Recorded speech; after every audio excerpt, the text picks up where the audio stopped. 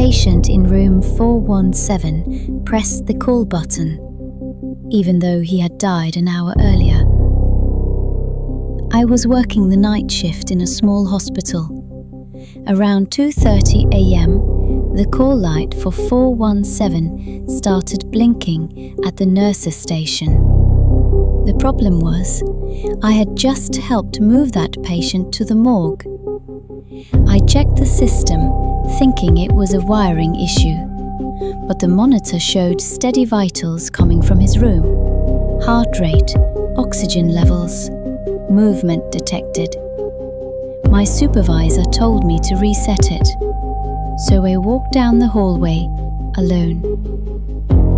The lights above me flickered as I passed 412, 414, 416.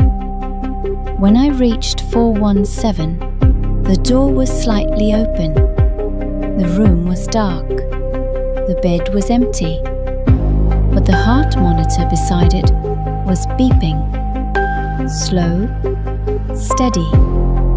And the call button cord was stretched tight, like someone was still holding it. The next morning, maintenance said there was no malfunction. Room 417 hasn't been used since. But sometimes, during night shift, its call light still turns on. Subscribe for more chilling tales.